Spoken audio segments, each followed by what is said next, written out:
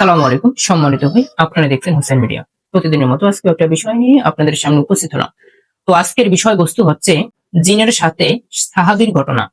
তো জিনের সাথে একদিন সাহাবীর কি ঘটেছিল, আমি এই বিষয়টা নিয়ে পুরো ভিডিওতে বিস্তারিত আলোচনা করব। তো ভাই, মূল আলোচনায় যাওয়ার আগে একটি কথা না বলে নয়, যদি আপনি আমার চ্যানেলে নতুন সদস্য হয়ে থাকেন তাহলে অবশ্যই আমার চ্যানেলটাকে সাবস্ক্রাইব করে নোটিফিকেশন অন করে দিবেন, কারণ আমি প্রতিনিয়ত জিন ও তাদের চিকিৎসা সম্পর্কে একটি করে ভিডিও আপলোড দিয়ে থাকি। তো ভাই, চলুন আর বেশি কথা না বলে মূল আলোচনায় যাওয়া যাক। তো ভাই, আজকের আলোচনাটা হবে যে জিনের সাথে একজন সাহাবীর একটি ঘটনা ঘটেছিল। সেই ঘটনাটা কি? সাহাবী ছিলেন, ওনার নাম ছিল আবু হুরায়রা রাদিয়াল্লাহু তাআলা আনহু। তো আবু হুরায়রা রাদিয়াল্লাহু তাআলা আনহু একজন প্রফেট মাহমুদ সাল্লাল্লাহু আলাইহি ওয়াসাল্লাম কাছে যাকাতের কিছু খেজুর আসছিল। তো এই খেজুর পাহারার দায়িত্বটা আবু হুরায়রা রাদিয়াল্লাহু তাআলা আনহুকে দিয়েছিলেন। তো এরপরে উনি খেজুরটা পাহারা দিতেন, রাতের বেলা পাহারা দিতেন। পাহারার সময় একজন ব্যক্তি খেজুর চুরি করতে আসছিলেন। তো খেজুর চুরি করতে আসলেন উনি তাকে ধরে ফেলছেন। তো উনি তখন বলছে যে আমি গরিব, আমি অসহায়, আমি উনি একবারে ক্ষুধার্ত এরকম উনি ওনাকে বুঝাইছে যে ওনার কিচ্ছু নাই।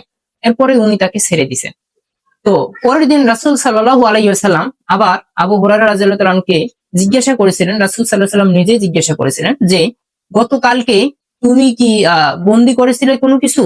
তখন উনি বলছিল জি হ্যাঁ করেছিলাম। তো উনি বলছিল উনি একজন গরিব মানুষ, এজন্য আমি ওনাকে ছেড়ে দিয়েছি। তো পরবর্তীতে রাসূল সাল্লাল্লাহু আলাইহি ওয়াসাল্লাম বলছে যে উনি তোমাকে মিথ্যা বলছে, উনি আবার ফিরে আসবে তোমার কাছে। তো পরবর্তী রাতে আবার আসছে, সেম ওনাকে আবার ছেড়ে দিছে। পরবর্তী রাতে আবার আসছে, তৃতীয় দিন আবার আসছে, আশা করে ওনাকে ধরে ফেলছে। তো এরপরে উনি বলছে যে রাসূল সাল্লাল্লাহু আলাইহি ওয়াসাল্লাম বলছে তুমি নাকি মিথ্যে বলছো, এটা কি সত্য? পরে উনি বলছে যে হ্যাঁ, যে উনি যেটা বলছে এটা সত্য। তো আমি তোমাকে আর ডিস্টার্ব করতে পারবো না, এখানে আসতে পারবো না, তোমাকে আমি একটা আমল শিখিয়ে দিচ্ছি, তুমি এই আমলটা করবা। এরপরে উনি ওনাকে শিখিয়ে দেয় তুমি রাতে ঘুমানোর সময় আয়াতুল কুরসি পাঠ করে তোমার শরীরে তুমি ফু দিয়ে ঘুমাবা। তাহলে আমি তোমাকে পরবর্তীতে তোমার আশেপাশে আসবো না, তোমাকে ডিস্টার্ব দেবো না। তো রাসূল সাল্লাল্লাহু আলাইহি ওয়াসাল্লাম বলছে যে এই মূলত কে ছিল এটা কি তুমি জানো? বলছে না, মূলত এটা ছিল জিন শয়তান। সে শেষে যেটা বলছে এটা সত্য, সে আয়াতুল কুরসি পরে পাঠ করে তোমাকে ঘুমাইতে বলছে, এটা সত্য বলছে, কিন্তু সে মূলত একজন শয়তান ছিল। এই হাদিসটি আসছে সহিহ আল বুখারীতে 2311 নম্বর হাদিসে। 2311 নম্বর হাদিসে আসছে, সহিহ আল বুখারীতে আসছে এই হাদিসটি। তো ভাই, এর মানে বোঝা যায় যে জিন শয়তান মানুষকে আসলেই আমাদেরকে বিভিন্ন ভাবে ধোঁকা দেয়, এটা বাস্তব, এটা আমাদেরকে স্বীকার করতে হবে।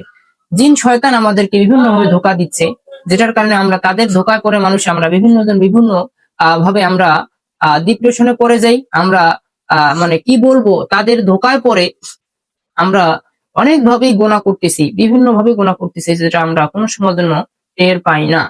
তো সেক্ষেত্রে আমার কথা হলো একটাই যে আমরা যেটাই করি না কেন, যাহাই কিছু করি না কেন, জিন শয়তান থেকে আমরা সব সময়ের জন্য সতর্ক থাকার চেষ্টা করব।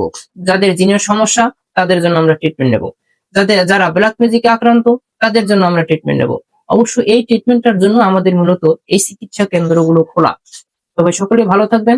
আমার ভিডিওটার কোন বিষয়টা আপনাকে ভালো লাগছে আমার আলোচনার ভিতরে আমার ভিডিও নিচে একটা অবশ্যই কমেন্ট করে যাবেন।